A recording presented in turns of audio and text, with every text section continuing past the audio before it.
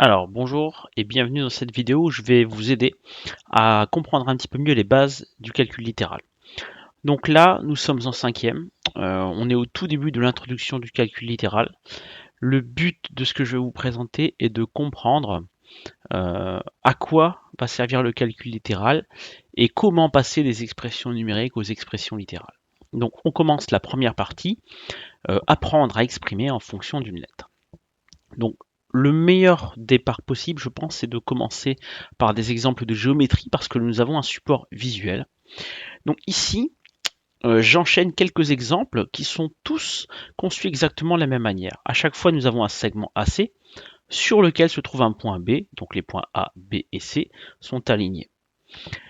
La longueur BC est fixe à 5, et la longueur AB, elle, par contre, elle va varier au fur et à mesure des exemples. Donc dans le premier exemple, AB fait 1, BC fait 5, comme les points sont alignés, pour avoir la grande longueur AC, il suffit d'ajouter la petite longueur AB et la moyenne BC, afin d'avoir la grande longueur AC, ce qui nous donne AC égale 1 plus 5.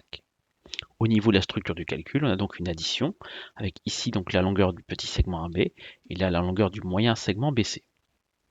Si on conserve la même construction, sauf qu'on change la valeur de la longueur AB, on la passe à 2. Eh bien cette fois-ci, le calcul, en logique, ce sera la même. Pour calculer la grande longueur AC, il faut additionner la petite longueur AB avec la moyenne longueur BC, ce qui nous donne AC égale 2 plus 5.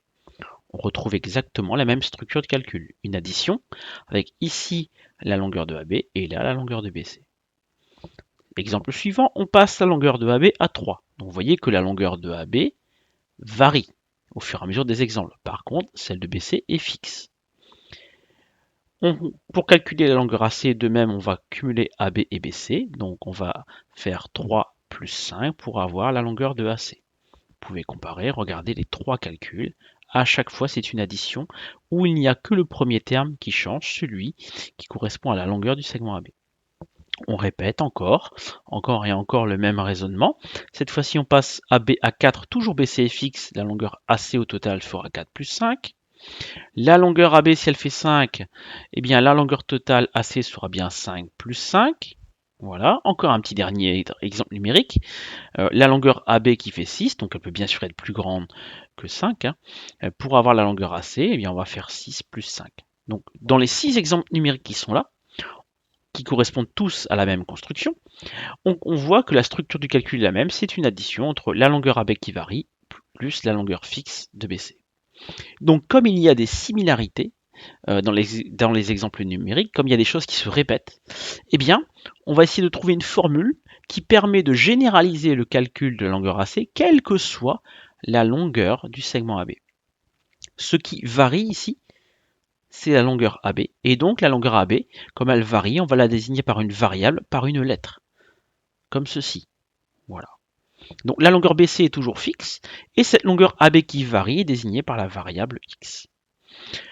De cette manière-là, pour calculer la longueur AC, eh bien, il va falloir, de la même manière, ajouter la longueur AB à la longueur BC. Ce qui va nous donner, dans ce cas avec la lettre, longueur AC égale x plus 5.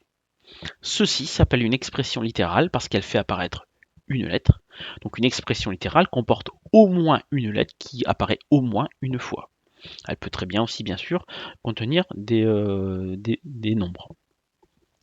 Eh bien, ce calcul, comme il fait apparaître la lettre x, on appelle ça une expression littérale en fonction de x, parce qu'elle fait apparaître la lettre x. Alors c'est choquant au début parce que on ne peut pas connaître la valeur précise de AC. En fait, cette formule est juste là pour indiquer le calcul qu'il va falloir faire si jamais on vous donne une valeur à x. Par exemple, si je vous dis que x fait 10, eh bien on va remplacer x par la valeur 10, on fera 10 plus 5, 15. Si je vous dis que x fait 17, on va faire 17 plus 5, 22.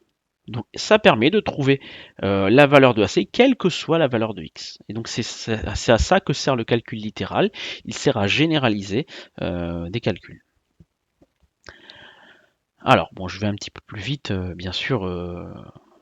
Ceux qui veulent un petit peu plus de détails, il suffit de lire ce qui est écrit sur le fichier. Quelques autres petits exemples géométriques qui sont conçus de la même manière. Donc ici, pour le segment AB, le point M est situé dessus. Donc pour la longueur AB, on va additionner la longueur de AM à la longueur de MB, ce qui nous donne AB égale x plus 6. C'est exactement la même structure que l'exemple précédent. Attention, ici, le point B est ici. Les points A, B et C sont alignés. AB, c'est le petit segment, BC le moyen et AC, c'est le grand. Donc pour trouver AB, il faut faire le grand moins le petit, c'est-à-dire 8 moins x. Attention, une soustraction possède un sens. Tout à l'heure, x plus 6 ou 6 plus x, c'est exactement pareil. Une addition n'a pas de sens. Par contre, une soustraction possède un sens. Donc là, il faut bien faire 8 moins x et non pas x moins 8. Pour l'exemple petit c, la longueur AB correspond au grand segment. Nous avons un petit segment qui est codé avec un bâton qui se répète 1, 2, 3, 4, 5 fois. Donc la longueur AB correspond à x fois 5. Ou encore 5x.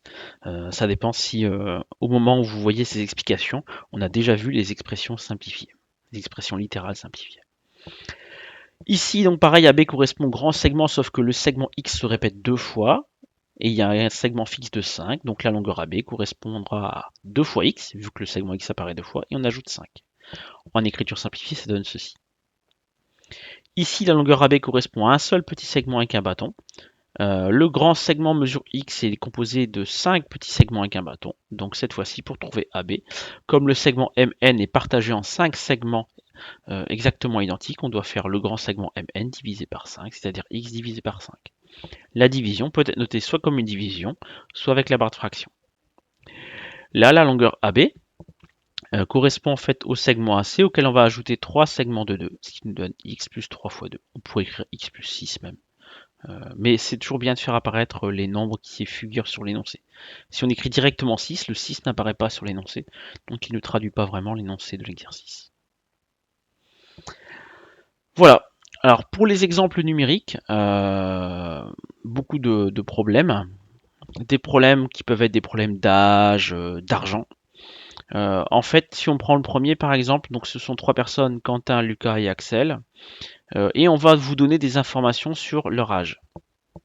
On vous dit que Lucas a 7 ans de plus qu'Axel, et que Quentin est 2 fois plus âgé que Lucas. L'âge d'Axel, on ne le connaît pas, on l'appelle X. Pour trouver, donc Axel c'est X. Pour trouver l'âge de Lucas, je dois relire la partie de l'énoncé qui parle de Lucas. Lucas a 7 ans de plus qu'Axel, donc l'âge de Lucas dépend de celui d'Axel.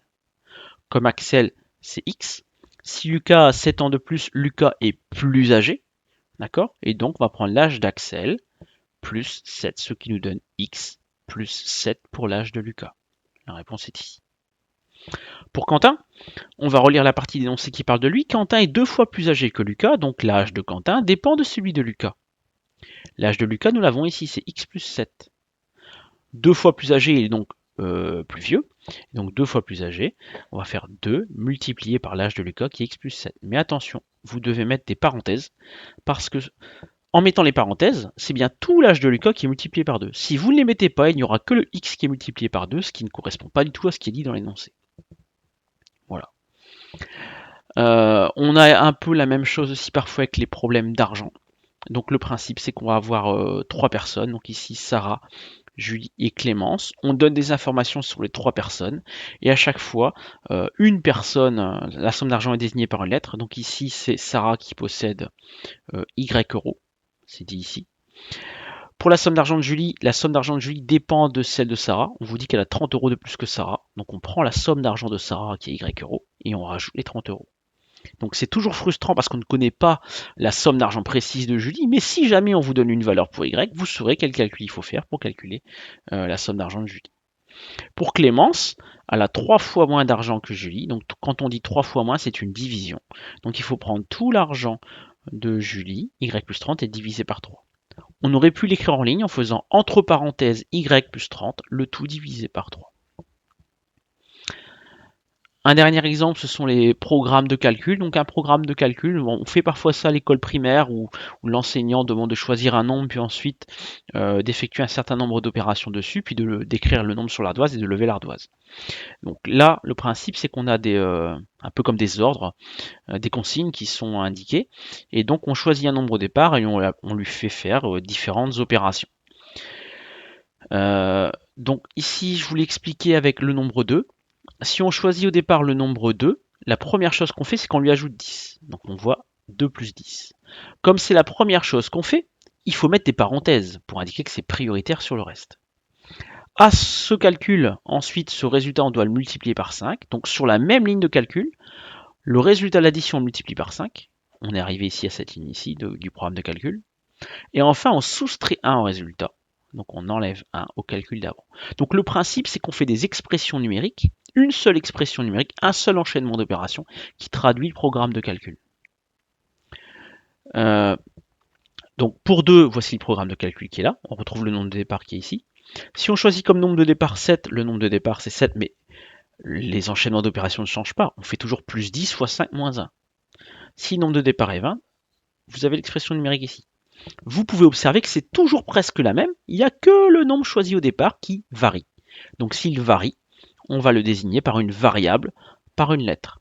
On l'appelle petit n, et donc vous voyez que le petit n, qui est le nombre choisi au départ, va occuper la place de la variable. Et on a trouvé ici donc une expression littérale qui traduit le programme de calcul. Toujours pareil, c'est frustrant, nous ne connaissons pas la réponse, mais si on vous donne une valeur de n, si on vous donne la valeur du nombre choisi au départ, vous pourrez la calculer. Voilà pour les explications. Donc à la suite du fichier, il y a des exercices d'application. Je les ai voulus assez simples, très directs, il n'y a pas beaucoup de difficultés. Le but du jeu, c'est de s'approprier la notion du calcul littéral. Voilà, à bientôt dans une prochaine vidéo.